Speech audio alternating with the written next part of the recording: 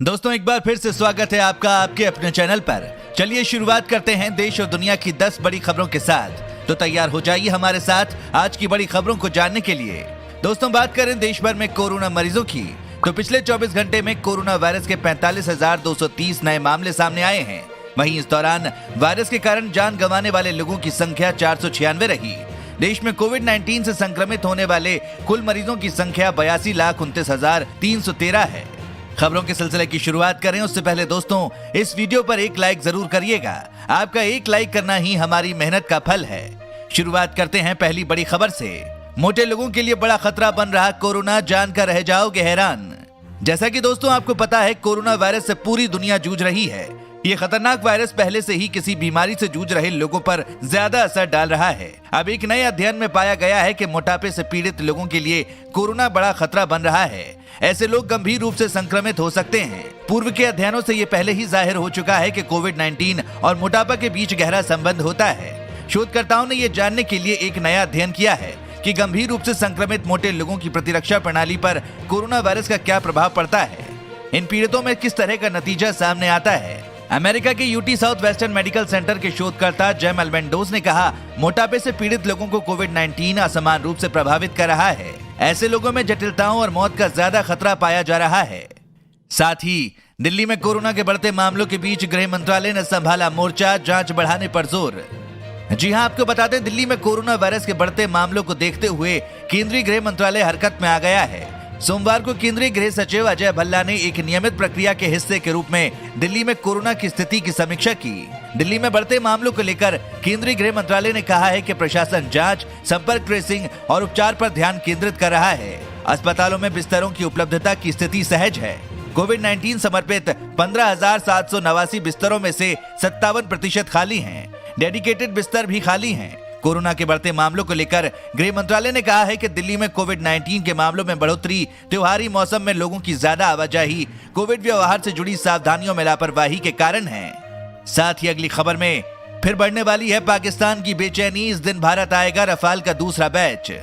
France से non stop उड़ान भरकर रफाल फाइटर जेट का दूसरा बैच 4 नवंबर को भारत के अंबाला एयरबेस पर पहुंचने की संभावना है। 3 रफाल के साथ फ्रांसीसी एयरफोर्स के फाइटर और मिड एयर रिफ्यूलर भी होंगे। इनके आने से भारतीय वायुसेना में रफाल एयरक्राफ्ट की कुल तादाद 8 हो जाएगी। इससे पहले 29 जुलाई को 5 रफाल विमानों की हरियाणा के अंबाला एयरबेस पर सुरक्षित लैंडिंग हो गई है। सूत्रों से मिली जानकारी के अनुसार ये लड़ाकू विमान फ्रांसीसी बंदरगाह शहर के बोर्डू की मेरिग्नेक एयरबेस से उड़ान भरेंगे और करीब 7,000 किलोमीटर की दूरी तय करने के बाद बुधवार दोपहर तक अंबाला पहुंचेंगे।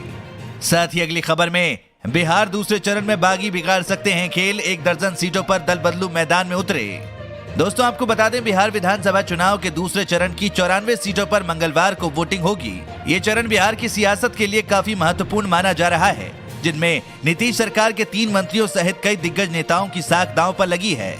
इसके अलावा इस चरण में 1 दर्जन से ज्यादा ऐसे नेताओं की किस्मत का फैसला होना है जो दल बदल कर चुनावी मैदान में उतरे हैं। वहीं बदले हुए समीकरण में बागी नेताओं के सामने अपनी सीट बचाए रखने की चुनौती है। बिहार चुनाव में इस बार कई बागी नेता अपने पुराने दल को छोड़कर नए दल के साथ चुनावी मैदान में उतरे हैं। जेडीयू के बागियों में विधायक रवि ज्योति इस बार कांग्रेस के टिकट पर राजगीर सीट से ताल ठोक रहे हैं, जिनके खिलाफ जेडीयू ने 8 बार के विधायक रहे एसएन आर्या के पुत्र कौशल किशोर को प्रत्याशी बनाया है। साथ ही अगली खबर में किसानों के लिए गुड न्यूज। गेहूं के बीज पर मिलेगी 50% सब्सिडी।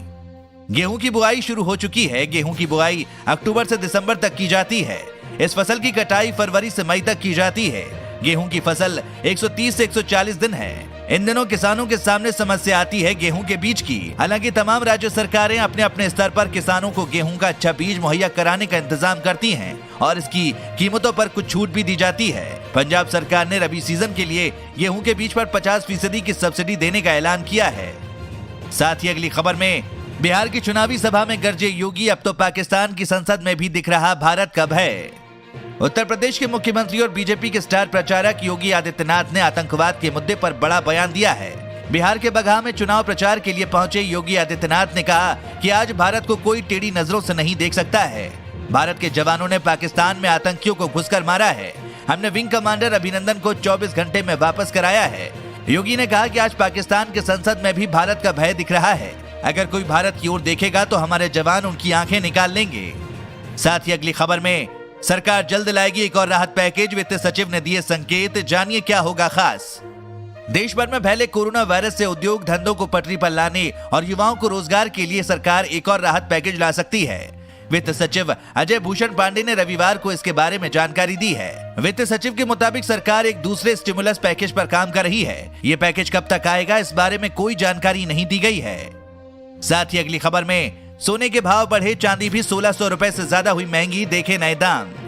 गोल्ड अपने पिछले उच्चतम स्तर से तो करीब 5000 रुपए नीचे चल रहा है, लेकिन सोमवार को दिल्ली सराफा बाजार में सोने की कीमतों में 268 रुपए प्रति 10 ग्राम का उछाल दर्ज किया गया। इस दौरान चांदी की कीमतों में भी तेजी आई है। 1 किलोग्राम चांदी का दाम 1623 रुपए प्रति किलोग्राम बढ़ गए। एक्सपर्ट्स का कहना है कि विदेशी बाजारों में सोने चांदी की कीमतों में आए सुधार का असर भारतीय बाजारों पर भी पड़ा है। इससे पहले शुक्रवार को दिल्ली सराफा बाजार में सोना 50,544 रुपए प्रति 10 ग्राम पर बंद हुआ था। चांदी भी 59,077 रुपए प्रति किलो पर थी। साथ ही अगली खबर में खुशखबरी, सर्दियां शुरू होते ही सस्ता हुआ अंडा, कीमतों में आई गिरावट। नवरात्र के दौरान अंडा ही नहीं, चिकन का बाजार भी सस्ता हो जाता है। रामनवमी पूजन के बाद ही अंडा और चिकन बाजार में तेजी आती है। इसके पीछे वजह यह है कि अंडे और चिकन की बिक्री कम हो जाती है, लेकिन हैरान करने वाली बात यह है कि इस बार नवरात्रों में अंडा सस्ता ना होकर महंगे दामों पर बिका। पिछले साल के मुकाबले चिकन के दाम भी बढ़े हुए थे, लेकिन अब अंडा इस सीजन के अपने सबसे कम दाम पर आ गया है। आपको बता दें, अक्टूबर में दाल, सब्जी, तेल के बाद अंडा भी महंगा हो गया था। 5 रुपए का अंडा 8 रुपए में बिकने लगा था। मौजूदा कोरोना काल में इम्यूनिटी बढ़ाने के लिए प्रोटीन लेना बहुत ज्यादा जरूरी है। ऐसे में अंडा खाना और ज्यादा जरूरी हो जाता है। साथ ही अगली खबर में यूपी उपचुनाव से पहले मायावती ने दी सफाई, भाजपा के साथ कभी गठबंधन नहीं करेगी बसपा। उत्तर प्रदेश में विधानसभा की 7 सीटों पर मंगलवार को होने वाले मतदान से एक दिन पहले बहुजन समाज पार्टी के अध्यक्ष और पूर्व मुख्यमंत्री मायावती ने भारतीय जनता पार्टी के साथ मिले होने के आरोपों पर सफाई दी। मायावती ने कहा कि उनकी पार्टी भाजपा की विचारधारा के विपरीत है और भविष्य में विधानसभा या लोकसभा चुनाव में भाजपा के साथ कभी गठबंधन नहीं करेगी। साथ ही अगली खबर में दिवाली से पहले पेटीएम ने अपने यूजर्स को दिया तोहफा, खत्म किए चार्जेस, फ्री में उठाएं सर्विस का फायदा। मोबाइल वॉलेट कंपनी पेटीएम अपने यूजर्स को अलग अलग मोड के जरिए पेमेंट का विकल्प देती है। पेटीएम यूजर्स इस ऐप के जरिए यूपीआई से लेकर कई तरह के बिल्स का भुगतान चुटकी में कर लेते हैं। एक तरफ बैंक अकाउंट से पेटीएम वॉलेट से पैसे डालने पर यूजर्स को कोई चार्ज नहीं देना होता है, लेकिन इसके उलट यानी पेटीएम वॉलेट से बैंक अकाउंट में पैसे ट्रांसफर करने पर यूजर्स को चार्ज देना पड़ता था। कई यूजर्स को इसे लेकर चिंता थी। अब खुद पेटीएम के संस्थापक विजय शेखर शर्मा ने इस पर जवाब दिया है। विजय शेखर शर्मा ने एक पेटीएम यूजर को इसके बारे में जवाब दिया है। एक यूजर ने उनसे पूछा कि अगर आप पेटीएम वॉलेट से बैंक अकाउंट में पैसे ट्रांसफर करने पर लगने वाले 5% चार्ज को हटा लेते हैं तो इससे क्या होगा? क्या इससे यूजर बेस बढ़ेगा? क्या ये आपकी कंपनी के लिए खाई की तरह है? इसके जवाब में पेटीएम संस्थापक ने लिखा, अब ये 0 है। हाँ, हमने इस चार्ज को हटा दिया है। साथ ही अगली खबर में 300 से ज्यादा ग्राम पंचायतों में शुरू हुई भारत नेट ब्रॉड सेवा, जानिए इसके बारे में सब कुछ। हरियाणा के मुख्यमंत्री मनोहर लाल खट्टर ने वीडियो कॉन्फ्रेंस के जरिए 300 से अधिक ग्राम पंचायतों में भारत नेट परियोजना का उद्घाटन किया। इसके साथ ही खट्टर ने करनाल जिला प्रशासन द्वारा आयोजित कार्यक्रम में वाईफाई चौपाल का उद्घाटन भी किया, जिसके जरिए ग्रामीण क्षेत्रों में वाईफाई सेवा मुहैया कराई जाएगी। भारत ब्रॉडबैंड नेटवर्क लिमिटेड के अधिकारी ने कहा, मुख्यमंत्री ने वीडियो कॉन्फ्रेंस के जरिए 300 से अधिक ग्राम पंचायतों में भारत नेट परियोजना का उद्घाटन किया। इस अवसर पर मुख्यमंत्री ने भारत नेट हरियाणा परियोजना में बीबीएनएल द्वारा किए गए कामों की तारीफ की। मुख्यमंत्री ने सरपंचों और अटल सेवा केंद्र के प्रभारियों से भी बात की। साथ ही अगली खबर में बैंक हमेशा करते हैं अलर्ट, इसके जरिए खाते से उड़ जाते हैं पैसे, जाने क्या है सिम स्वैपिंग। डिजिटल युग में ज्यादातर बैंकिंग सेवाएं ऑनलाइन हो गई हैं। इसमें अपने खाते से किसी दूसरे के खाते में पैसे ट्रांसफर करना भी शामिल है। अक्सर लोग बैंक में जाकर लाइन में लगने से बचने के लिए एनईएफटी, नेट बैंकिंग, आरटीजीएस या यूपीआई के जरिए एक अकाउंट से दूसरे अकाउंट में पैसे ट्रांसफर करते हैं। ये सुविधाएं समय और सहूलियत के हिसाब से बेहतर है, लेकिन आप भी इन सेवाओं का उपयोग करते हैं तो अब आपको सतर्क हो जाना चाहिए, क्योंकि पता नहीं किसी हैकर की नजर आपके अकाउंट पर हो और वो आपके खाते में सिम स्वैपिंग के जरिए सेंध न लगा दे। साथ ही अगली खबर में मुस्लिम युवकों ने मंदिर में नमाज पढ़ी, 4 के खिलाफ केस, 1 अरेस्ट।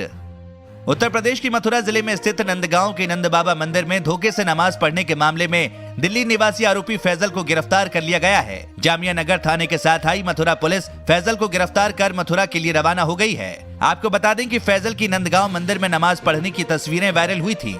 वहीं आरोपी फैजल का कहना है कि उनका इरादा गलत नहीं था, 20 सालों से वो सद्भावना यात्रा चला रहे हैं और जहां भी उन्हें मौका मिलता है वहां वो नमाज पढ़ लेते हैं। अगर किसी को उनके नमाज पढ़ने से तकलीफ पहुंची है तो उनसे माफी भी मांगते हैं। फैजल ने दावा किया इससे पहले भी वो और उनके साथी न सिर्फ नमाज पढ़ते रहे बल्कि भजन कीर्तन भी करते रहे हैं। साथ ही अगली खबर में कोरोना से मुरझाया फूलों का कारोबार, त्योहारी सीजन में भी ठंडा पड़ा बाजार।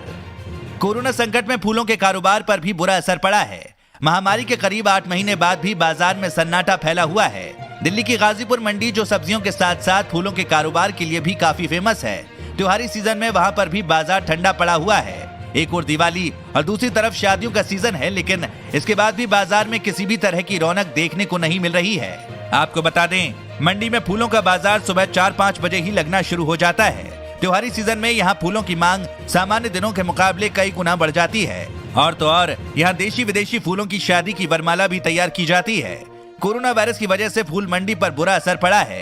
कोरोना काल में फूलों की आपूर्ति से लेकर विक्रेताओं के सामने कई बड़ी समस्याएं खड़ी हो गई हैं। साथ ही दिल्ली में सर्दी की दस्तक, पारा लुढ़का, सीजन का सबसे कम तापमान। दोस्तों आपको बता दें, राष्ट्रीय राजधानी में सोमवार को पारा लुढ़क कर 10.8 डिग्री सेल्सियस हो गया, जो अब तक का इस सीजन का सबसे कम तापमान है। भारतीय मौसम विज्ञान विभाग ने ये जानकारी दी। IMD के अनुसार आमतौर पर सफदरजंग के मौसम विज्ञान केंद्र में नवंबर के पहले सप्ताह में न्यूनतम तापमान 14 से 16 डिग्री दर्ज करता है और आखिरी सप्ताह में पारा 11 से 12 डिग्री तक नीचे जाता है। दोस्तों अगर आप भी रोजाना ऐसी खबरें अपने मोबाइल पर पाना चाहते हैं तो बिना भूले नीचे दिए गए लाल रंग वाले सब्सक्राइब बटन को जरूर दबाएं, साथ ही बेल आइकन को ऑन कर लें